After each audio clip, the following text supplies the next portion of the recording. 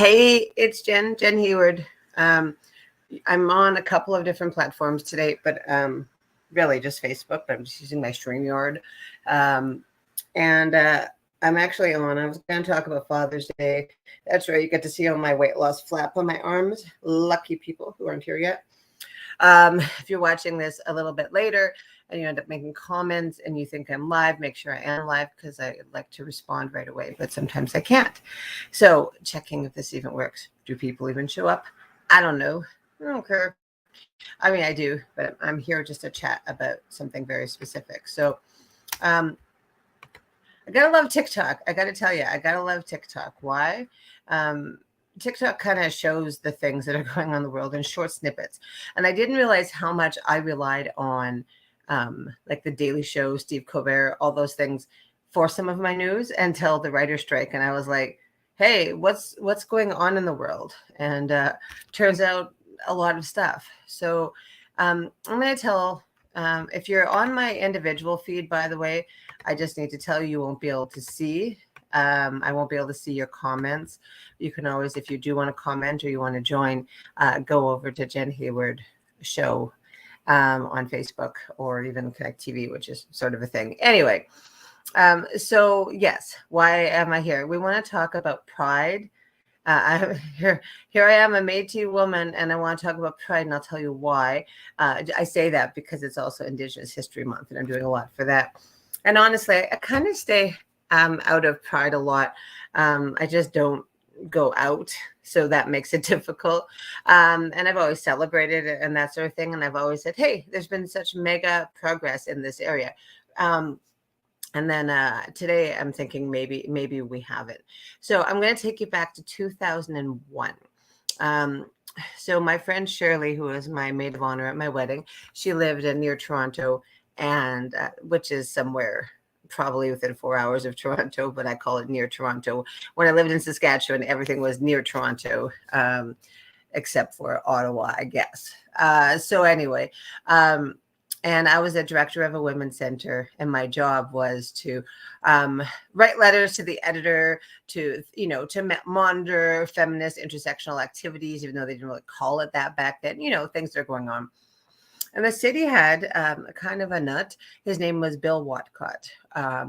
And he was out there, anti-choice, it was known as a nut job, but had a bit of a following.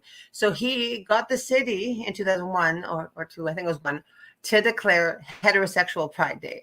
So that was what he was doing, was having heterosexual Pride Day. So, well, I tell Shirley, guess what we're doing? I need to go. I need to see if I need to speak to media, things like that. I was just really young, 25, 26, but that was my job.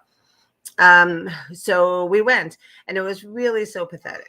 It was so pathetic. There was maybe 20 people there. It was just shameful, really. And I was more embarrassed for them. And I thought, me bringing any more. Hi, I'm just doing a live video. You can come sit if you want. Well, I'm live right now talking to people online. So I'm telling a story. You want to sit? So my husband at the time, who's still my husband, I don't know why I said that, was with me, and Shirley. Hello. And so we decided, hey, let's not make a big deal. Let's not make a stink. I don't believe in bringing unnecessary attention to this cause at the time. So that's what we did. So then, yes, hi, Sarah. He's giving me a massage. I like that. All right. Okay. We'll be quiet for just a minute, sweetie, because we're talking to people. There's your mom, actually, talking about you. And we're talking about a story from 2001. So I'm going to do this now with my little buddy here. So we went, but then, as expected, when Watcott went up and started speaking, he was giving the facts, so to speak, for heterosexual pride. Just, we're not anti-gay, which they wouldn't even use LGBT plus back then, QI, whatever. They wouldn't have used any of that. They would have just gay. And in Saskatchewan, they probably had other words, so we're just happy. But they used anything relatively mainstream. But he goes on and he gets up. And he says, that X amount of homosexual teachers are going to, do bad things to your kids. It's just like blatant lies, right? This was before Facebook, I should add. Yeah, 2001, I think, was before Facebook. So, no social media, no virility, and just saying the stuff that's going to be on the news. So, my husband, big man, boos him. Do you want to practice the boo? Pretend you're Uncle Josh and say boo. Boo. Boo, but loud like Uncle Josh would. Boo. Yeah, Uncle Josh was boo. He was a little louder. So all the cameras were like, all right, action. So the cameras came, yeah, boo to Heterosexual Pride Day. Come on, in 2001. So they did that, and they boo, and so my husband boos, and all the cameras come on him. Well, he's not exactly a media savvy, public speaking kind of guy. He tried comedy with me one night, and he got last place. He got beat by a woman who went on stage and just humped a plant. Like, so he's not like, he's funny, but he's not a public speaker. And so the cameras are on him, and he's like, he said, talk to my wife. And so it gets on me, and I explain what heterosexual pride is really just anti-gay material rhetoric, et cetera, give my little speech. So we didn't think about it later. Went out for supper with my friend Shirley, and Shirley got a message from her husband at the time, and that was definitely at the time. Sorry, I mean, he's not there anymore.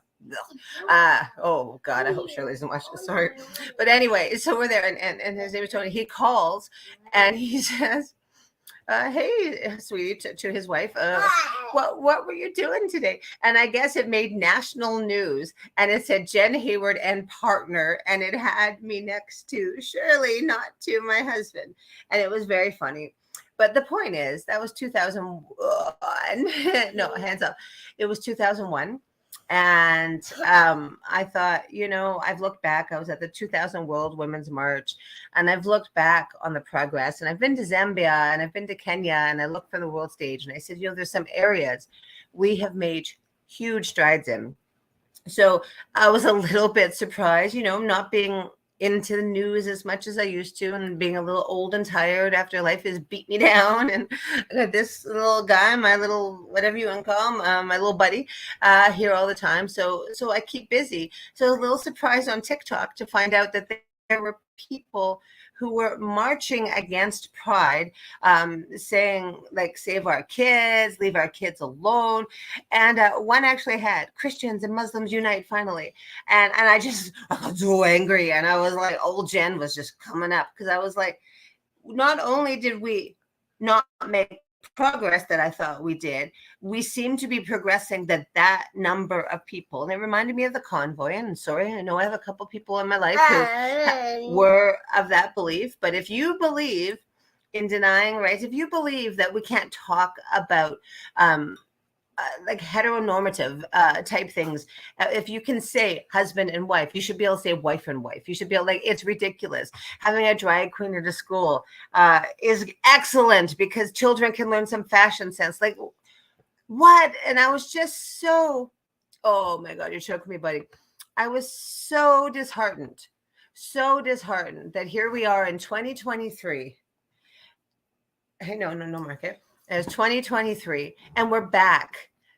Listen, I lived with a woman for a year in Saskatchewan. Why? And, she was. Why didn't you go? Because, 1-bedroom apartment, figure it out. And everyone's like, oh, you just live in an apartment. You guys are poor, et cetera, et cetera. And I'm like, those mentalities are supposed to be gone. Do you know what I mean? They're supposed to be gone.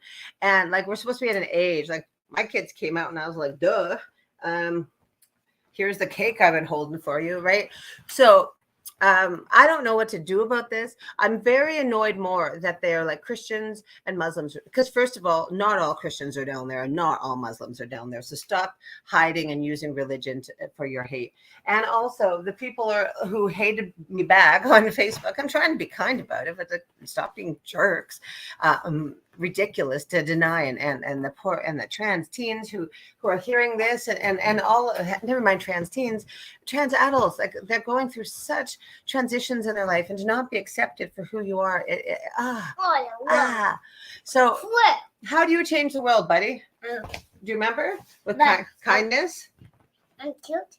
Kindness and love. Kindness and cute also would work. And that's all we're suggesting. So I was going to go on a bit of a rant, but given that the little guy came, I sort of adapted.